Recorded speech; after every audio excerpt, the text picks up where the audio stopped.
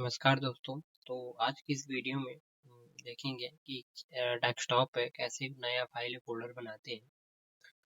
अगर आप computer course कर रहे हैं तो आप हमारी वीडियोस को देख सकते हैं। हमारे पास प्लेलिस्ट पड़ी हुई है। आप सेटिंग से कंप्यूटर की या फिर बेसिक जानकारी लेना चाहते हैं, बहुत ही शानदार हमने प्लेलिस्ट बना दी है।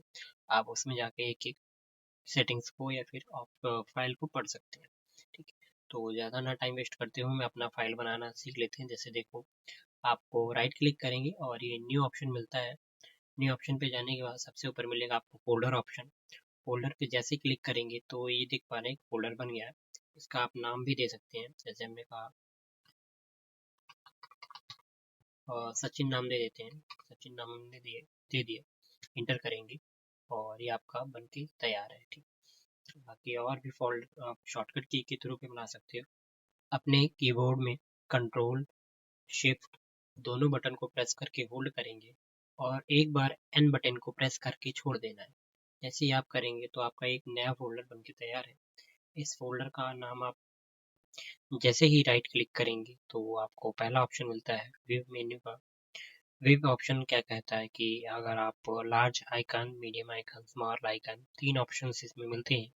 इसमें आपको बताया जाता है कि आप जो भी है डेस्कटॉप पर आपकी फाइल या फोल्डर को आइकन को अगर आप उसका शेप बदलना चाहते हैं तो आप इस तरीके से राइट क्लिक करके व्यू मेन्यू में जाके और लार्ज आइकन, तो इस तरीके से आप बदल सकते हैं। ठीक, दोबारा से राइट क्लिक करेंगे, व्यू मेन्यू में जाएंगे, हम इसे स्मॉल आइकन कर देते हैं। ये जो आपको डेस्कटॉप पे फाइल या फोल्डर दिखाई देते हैं इन्हीं दोस्तों आइकन कहते हैं। दोबारा से राइट क्लिक करेंगे और ये आपका तीन ऑप्शन हमने बता दिया, right icon, large icon, medium icon, small icon. ठीक है, तो आगे दिया गया है कि ऑटो अरेंज आइकन, इसका यूज हम करते हैं ऑटोमेटिक अरेंज। जैसे इसको हमने एंटिक कर दिया और जैसे अडोब ये एक्रोब नाम का फाइल है, इसको हम इस साइड में हमने कहा कॉर्नर पे रखना चाहते हैं हम इस साइड में।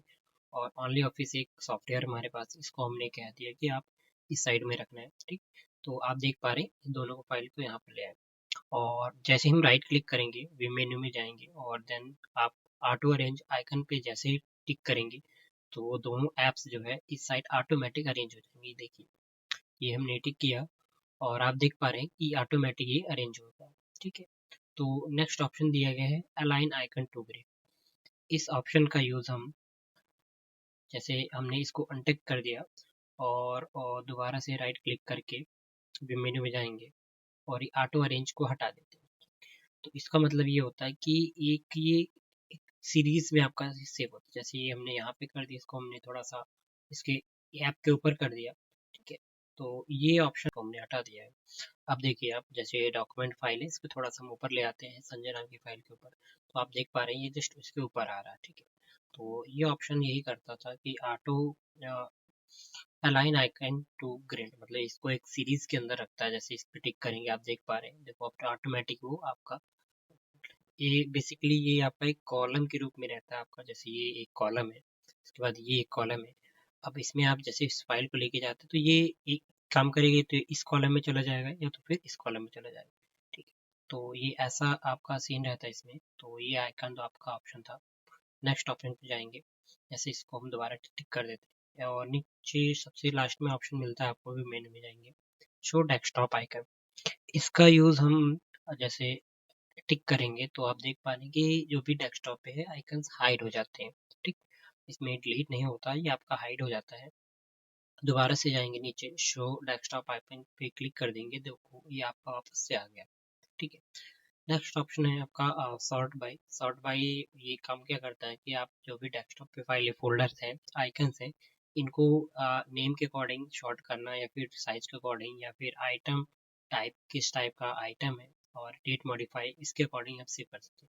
जैसे कि हमने कहा साइज के अकॉर्डिंग, साइज के अकॉर्डिंग कर दिया तो जैसे सबसे लार्ज साइज का ये दिस पीसी है, फिर रिसाइकल पिन है, कंट्रोल, इसी तरह से आपके ये मतलब एक सीरीज में आ जाते हैं, शॉर्ट हो जाते हैं।